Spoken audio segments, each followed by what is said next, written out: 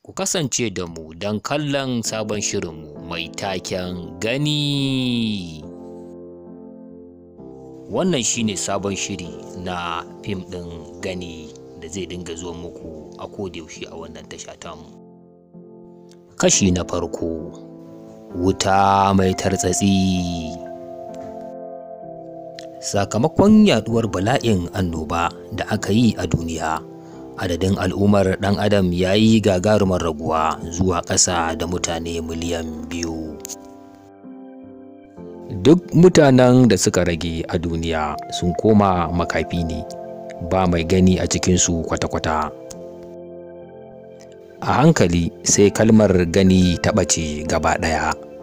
A ce ma an yi ɗan adam mai gani, sai abin ya zama tamkar almara. Kafin mu fara, ga jerin waɗanda suka taka rawa a wannan shiri mai farin jini kamar haka.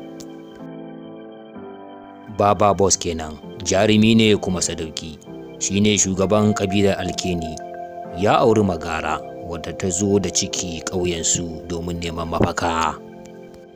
Paris, wayayya ce dattijuwa 'yar ƙabilar Alkeni, tana ɗaya daga cikin masu faɗa aji.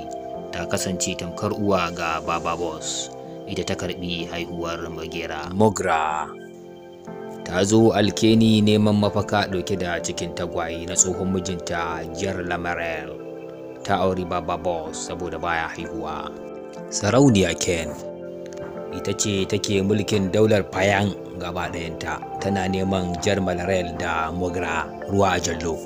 Da Mark John shi ne babban jagoran mayakan sarauniya Ken, mai neman Mogira da tagwayenta ruwa a jallo. Gabatarwa munafiki ne da ya faɗi sirrin ƙabilarsa ta Alkeni ga Mark John, shi ya jagorance shi domin neman Mugara da bayanta.